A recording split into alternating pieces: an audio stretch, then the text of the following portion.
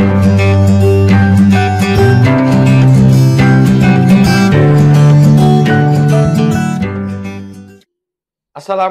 warahmatullahi wabarakatuh. Halo teman-teman, selamat datang di video pembelajaran Sosiologi kelas 10, modul 3 unit 2. Perkenalkan, nama saya Ahmad Gilman Matin. Pernahkah kalian berbicara dengan teman, bertanya kepada guru, atau bekerja sama dalam kelompok? Itu semua adalah bagian dari interaksi sosial. Mari kita pelajari lebih lanjut. Pengertian interaksi sosial. Interaksi sosial adalah hubungan timbal balik antara individu atau kelompok yang terjadi dalam kehidupan masyarakat.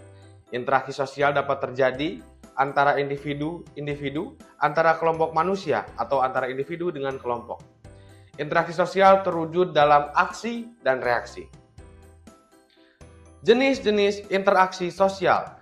Interaksi sosial bisa terjadi dalam bentuk seperti antar individu, antar kelompok, atau individu dengan kelompok.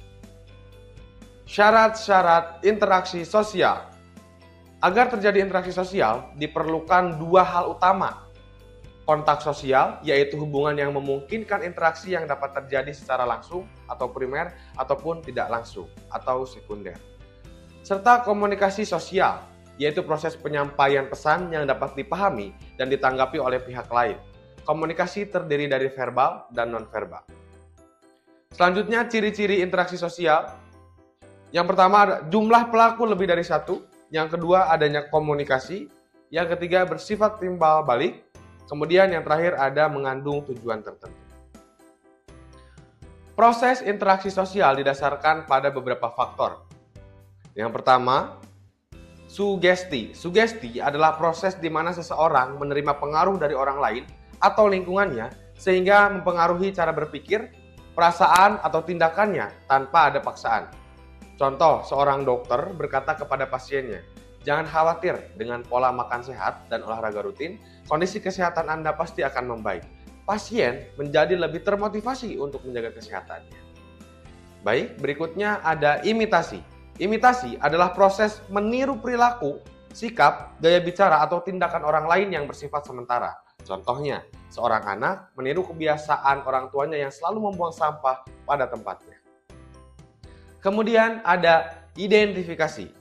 Identifikasi adalah proses psikologis dalam interaksi sosial di mana seseorang berusaha meniru, menghayati, dan menjadikan sifat atau karakter seseorang yang dikagumi sebagai bagian dari dirinya sendiri. Identifikasi biasanya lebih dalam dibandingkan imitasi, karena tidak hanya meniru perilaku tetapi juga menyerap nilai, sikap, dan gaya hidup tokoh yang diidolakan.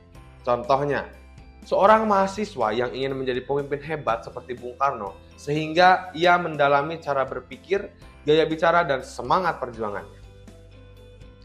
Lalu ada simpati. Simpati adalah perasaan tertarik atau peduli terhadap orang lain. Mendorong seseorang untuk memahami dan merasakan keadaan atau emosi orang tersebut.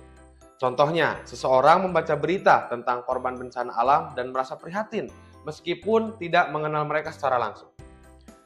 Kemudian ada empati. Empati adalah kemampuan seseorang untuk memahami, merasakan, dan ikut mengalami perasaan atau kondisi orang lain seolah-olah berada dalam posisi mereka. Contohnya, melihat seorang tunawisma kedinginan di jalan, lalu memberikan makanan atau pakaian tanpa diminta. Selanjutnya, ada motivasi. Dorongan atau alasan yang membuat seseorang berinteraksi dengan orang lain untuk mencapai tujuan tertentu. Motivasi ini bisa berasal dari dalam, motivasi intrinsik, maupun dari lingkungan sekitar, motivasi ekstrinsik. Contohnya, seseorang aktif mengikuti kegiatan di lingkungan RW karena ingin mempererat hubungan dengan tetangga. Nah, kemudian bentuk-bentuk interaksi sosial. Dalam kehidupan sehari-hari, interaksi sosial terbagi menjadi dua proses utama. Yang pertama yaitu ada proses asosiatif. Proses asosiatif adalah proses sosial yang mengarah pada kerjasama dan kesatuan. Nah, kemudian proses asosiatif ini terdiri juga dari yang pertama ada kerjasama. Kerjasama terbentuk karena masyarakat menyadari bahwa mereka mempunyai kepentingan-kepentingan yang sama sehingga sepakat untuk bekerja sama dalam mencapai tujuan bersama. Kemudian ada akomodasi. Akomodasi merupakan suatu proses penyesuaian antara individu dengan individu, individu dengan kelompok atau kelompok dengan kelompok guna mengurangi, mencegah, atau mengatasi ketegangan dan kekacauan. Asimilasi. Asimilasi dalam interaksi sosial adalah proses di mana individu atau kelompok dengan latar belakang budaya, sosial, atau etnis yang berbeda mulai beradaptasi dan menyatu dengan kelompok lain hingga perbedaan di antara mereka semakin berkurang. Dalam asimilasi terjadi pembaruan nilai, norma, serta pola perilaku yang sehingga menciptakan keseragaman dalam masyarakat. Berikutnya, akulturasi. Proses sosial di mana terjadi percampuran antara dua budaya atau lebih yang saling bertemu, tetapi masing-masing budaya tetap mempertahankan ciri khasnya. Dalam akulturasi, unsur-unsur budaya dapat diterima dan diadaptasi tanpa menghilangkan identitas budaya asli kelompok tersebut. Nah, kemudian ada proses disosiatif, yang mana proses disosiatif ini adalah proses sosial yang mengarah pada perpecahan dan pertentangan. Yang pertama, persaingan atau kompetisi. Persaingan terjadi ketika individu atau kelompok bersaing untuk mendapatkan sesuatu yang terbatas, seperti sumber daya, status sosial, atau kekuasaan. Tanpa adanya konfrontasi langsung, persaingan dapat bersifat positif atau mendorong inovasi dan kemajuan, atau negatif, menimbulkan ketimpangan sosial. Berikutnya, kontravensi. Kontravensi adalah bentuk interaksi sosial yang berada di antara persaingan dan konflik. Dalam kontravensi, ada ketidaksepahaman atau ketidaksepakatan yang belum mencapai tingkat pertikaian terbuka, tetapi sudah menunjukkan adanya gejala ketegangan, keraguan, dan perlawanan secara tersembunyi. Selanjutnya, konflik. Proses sosial antara dua pihak atau lebih ketika ada salah satu pihak berusaha menyingkirkan pihak lain dengan cara menghancurkan pihak lain dan membuatnya tidak berdaya. Konflik berasal dari bahasa Latin, configere, yang berarti memukul. Baik, teman-teman. Jadi, interaksi sosial sangat penting dalam kehidupan kita. Dengan memahami dan menerapkannya, kita bisa menciptakan hubungan yang harmonis dalam masyarakat. Yuk kita jalin interaksi sosial yang positif di lingkungan kita.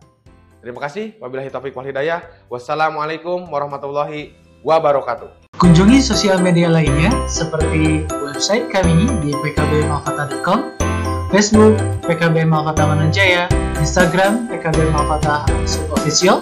Dan terima kasih telah klik video ini.